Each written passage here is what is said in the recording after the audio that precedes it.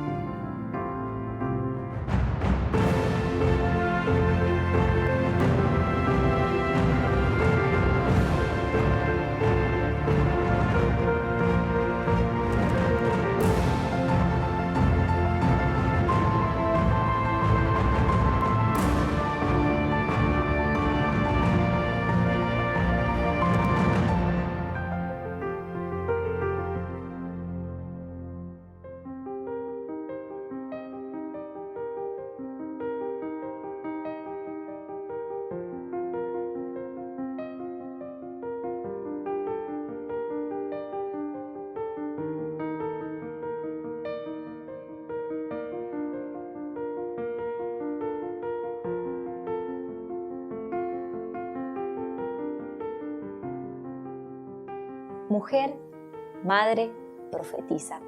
Una escritora que publicó más de 40 libros que impactan aún hoy la vida de millones de personas alrededor del mundo.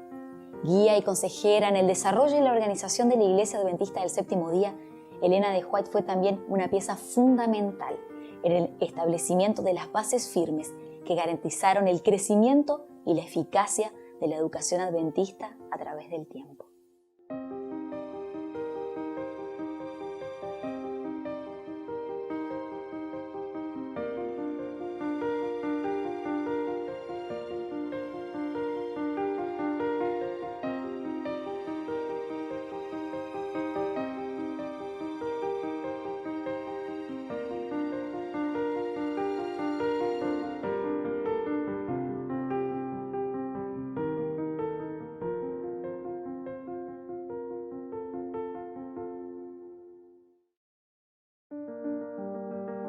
Ellen White was one of the founders of the Seventh-day Adventist movement. She was a 19th century religious figure which became really prominent because of her special claims that she had. After the Great Disappointment in 1844, Ellen White claimed that she had visionary experiences. By the way, this was not something unusual. These charismatic visionary experiences were something that the 19th century Christians saw. It was not something, whoa, she's having visions. The first vision that she had, she was about 17. Can you imagine a sick little girl having a vision and going out and telling grown men? Now, this is 19th century America. Women didn't speak in public. Actually, they were beginning to, but this was pretty adventurous. And for a girl, particularly such a scrawny little, tiny little, sick little girl, to saying, God talks to me. that was pretty serious. And so it wasn't easy for people to accept this. But as they began to see what she was saying, as they began to compare it with Scripture, and to see that, hey, she really does have a message from God. That began her work for the Lord. It was not a work that she really wanted. In fact, she didn't want to do it first, and the Lord encouraged her to do that. In fact, the Lord had called 2 other men to do the work, and they refused. And the Lord said that He would go to the weakest of the weak, which, of course, the role of women in those days was not very good.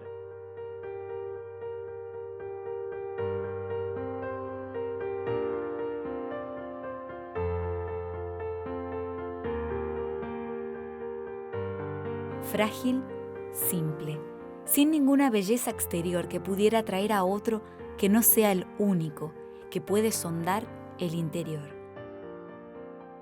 A pesar de todo mal pronóstico, Helena de White decidió ponerse en las manos del Dios al cual amaba, su amigo, compañero, aquel que podía hacer de sus fragilidades fortalezas y de su dependencia de él una oportunidad para transformar el mundo.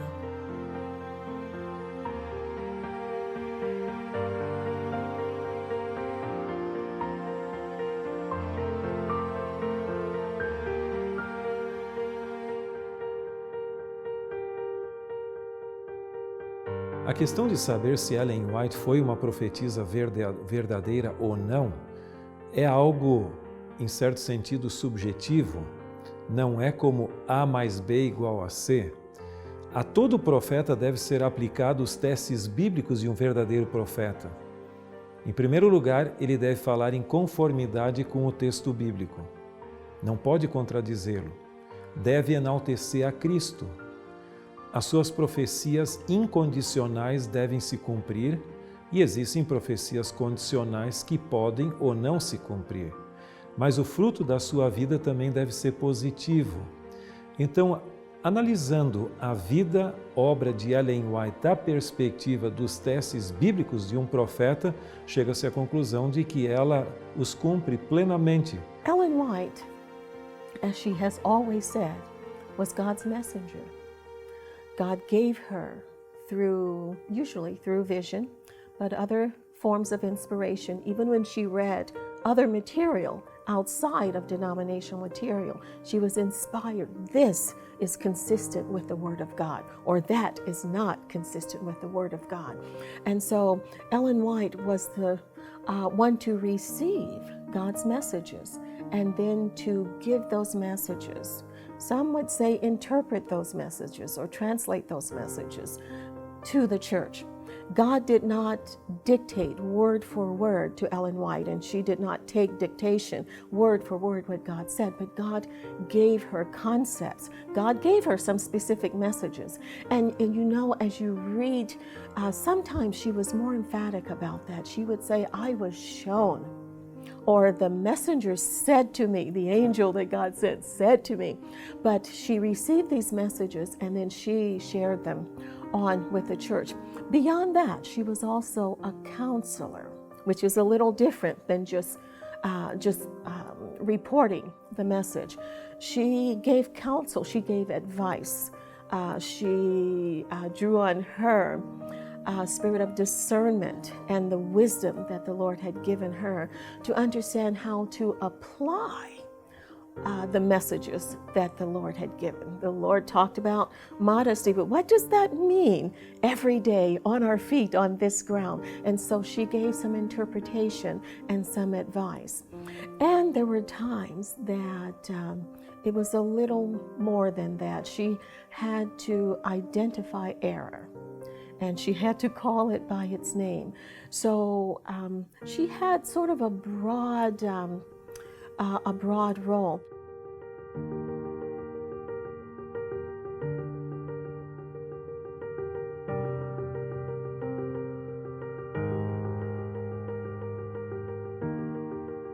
En sus más de 70 años de ministerio, Elena de White se dedicó incansablemente a cumplir la misión que le fue encomendada.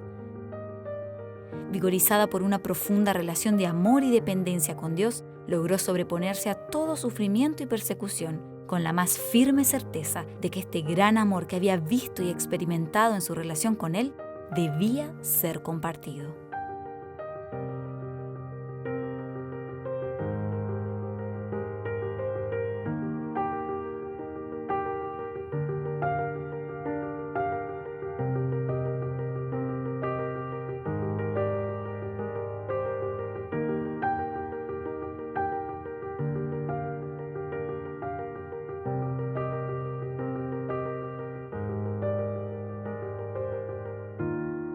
She had an openness to God where I believe that God influenced her to write about the things that she wrote about. Things that had to do with health, things that had to do with outreach, things that had to do with education. And the things that she says about education, I've just been reading through the first chapter of a book that she wrote called Education. That chapter is one of the most beautiful pieces of writing I think I have ever read about education and what it should be. And she said that education is the whole development of a person, with the idea that our effort or our aim is to restore the image of God in people. That Adam and Eve had a chance to learn directly from God, and they gave that up. But in Adventist education, in drawing our students' minds to God, in drawing our faculty's minds to God, because faculty are vulnerable as much as students are, that in that we have a chance for God to work in our lives and restore His image in our lives. I think that's a beautiful philosophy. And it wasn't being expressed, I don't think, anywhere else when she wrote about this. Ellen White was, I think, ahead of her times in many ways in the way she looked at education.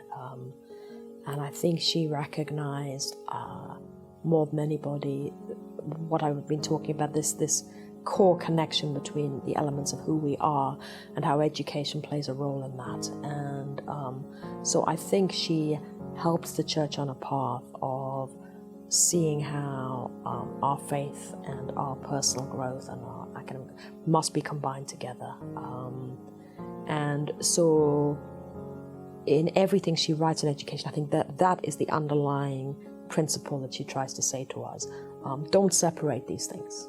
Don't compartmentalize and put your mind over here and your spiritual faith over here and your physical development here. Doesn't work. You know, it only works when it comes together. Para entender o pensamento educacional de Ellen White, você precisa conhecer um pouco mais da moldura ideológica, o background, o framework do pensamento de Ellen White, principalmente a sua antropologia. Como ela vê o ser humano? Como um ser humano caído, que não é bom em si mesmo, como alguns psicólogos dizem, mas que ele é essencialmente egocêntrico e que ele precisa de uma experiência salvífica de conversão. Portanto, para ela, conversão e redenção são a mesma coisa praticamente, caminham juntas. Então, para ela, educação não é só a transmissão de conhecimento teórico ou elemento cognitivo, mas é, em realidade, a fusão do todo.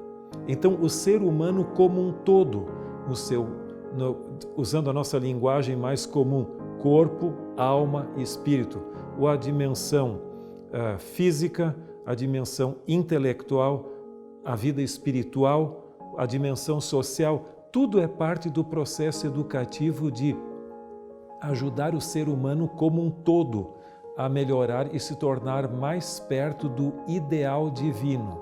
Então, o sistema de educação que é proposto por Ellen White não é algo laissez-faire, algo que simplesmente você deixa, é um pouco diretivo no sentido de levar ao ideal de Deus encontrado na Bíblia.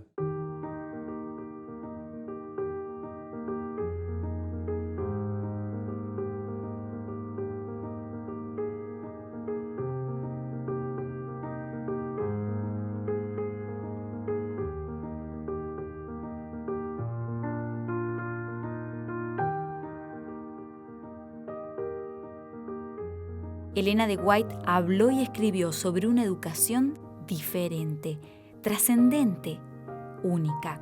Una enseñanza que contempla al ser humano integralmente, que lo orienta hacia el equilibrio de sus componentes y lo restaura al ideal diseñado por su creador. Audaz e innovadora, sus ideas darían lugar a una nueva forma de aprender y enseñar, una filosofía distinta que aumentaría los desafíos y disminuiría los límites de la educación.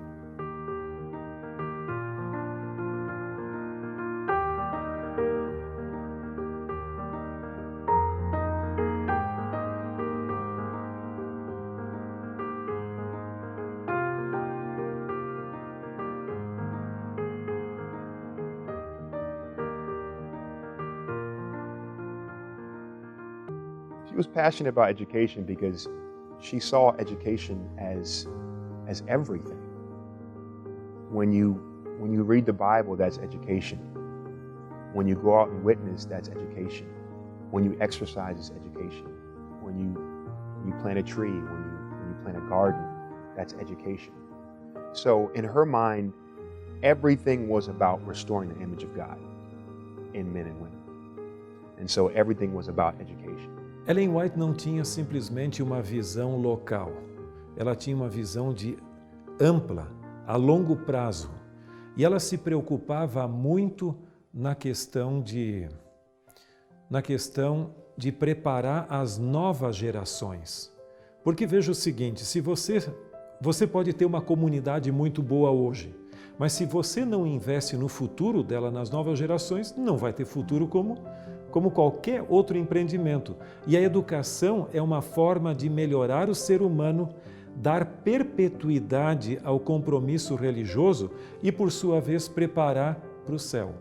E ela dizia que a nossa vida aqui é uma vida de preparo, onde nós nunca nos formamos, sempre vamos crescendo mais e mais, nos aproximando mais do ideal divino até sermos matriculados na escola do além, ou na eternidade, onde também não vai haver graduação. E ela chega ao ponto de dizer que mesmo no céu, pelos séculos infindos da eternidade, nós vamos cada vez aprender mais do amor de Deus e até da ciência, e ela até fala de algumas disciplinas que serão estudadas lá, os mistérios da luz, a criação, a vegetação, os animais e tudo mais, e acima de tudo, o conhecimento do próprio amor de Deus.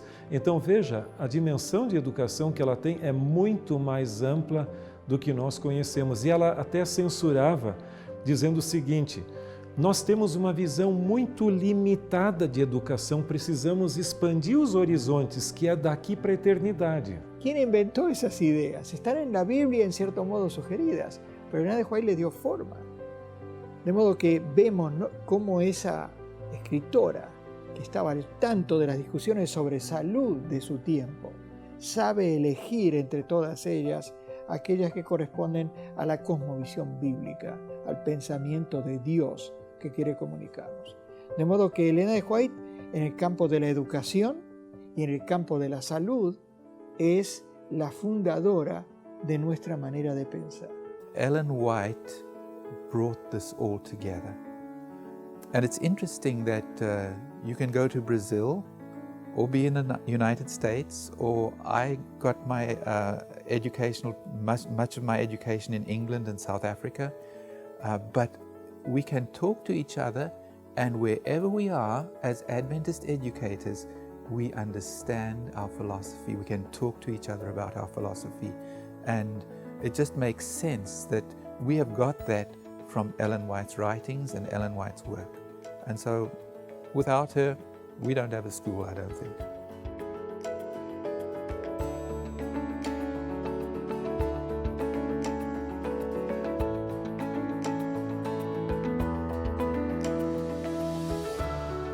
La influencia de Elena de White marcó el principio de una nueva educación. Una educación basada en la restauración, en los principios bíblicos, la integridad del ser humano, pero sobre todo en el servicio y la misión.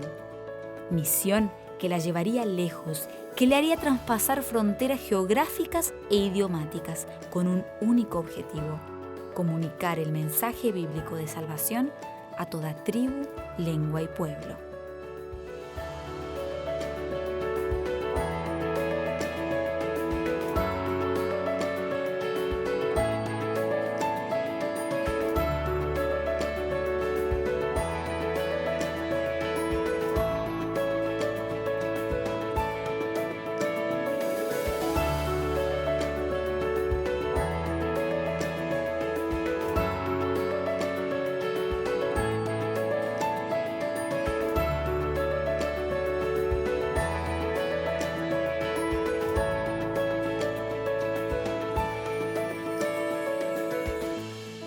Well, what are the important things we can learn? Well, there's so many. I think one of them is that God works with us in our growing, in our weakness, but that He cares and He guides us. And He has done this in the Seventh-day Adventist Church. It's very inspiring. And certainly the role of Ellen White and the prophetic gift. You know, Ellen White's writings and her ministry are not the source of doctrine for the Seventh-day Adventist Church. We're very clear that the Bible is the basis of our faith, and she's very clear on this as well. But God did send the prophetic gift to help in the ministry of the Seventh-day Adventist Church, how we should conduct the world mission that God has given us in light of our biblical message. And that does have very direct divine guidance through the prophetic gift. And so I think the other thing that it tells us is that God cared enough to step in and give guidance prophetically, and in a kind way. You know, sometimes when we do things wrong, there are those who will say, "Oh, it's not quite right. You know, this is evil now.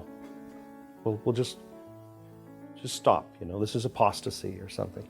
God doesn't work that way. He has worked with us down through the ages and helped us to grow towards what His goals are and His purposes are. And I think that the encouraging thing about that is, yes, we may not always have it perfectly right in all of our schools, but God can work and help us as long as we study and we're faithful to Him and we seek His will and we listen to His counsel. Our church was fortunate in that we had someone with whom God was communicating directly.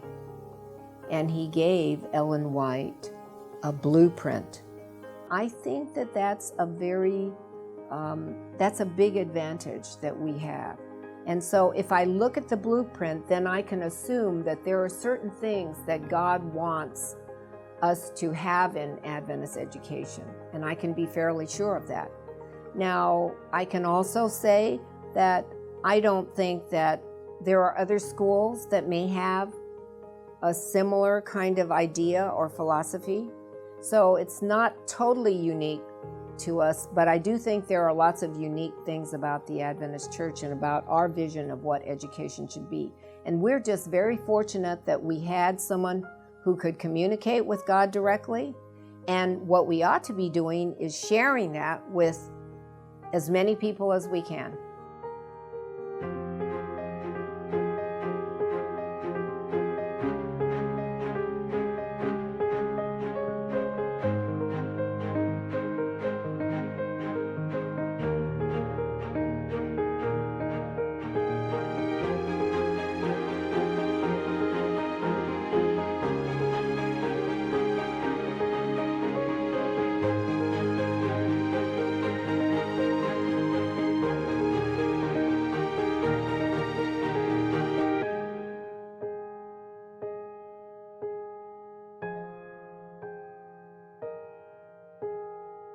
En sus libros y mensajes, Elena de White abordó todos los temas relacionados con el desarrollo integral del ser humano, lo físico, lo mental y lo espiritual, otorgando a la educación adventista un papel fundamental en la difícil pero indispensable tarea de apoyar en el desarrollo armónico de todas estas facultades, garantizando así la restauración en el ser humano de la imagen de Dios.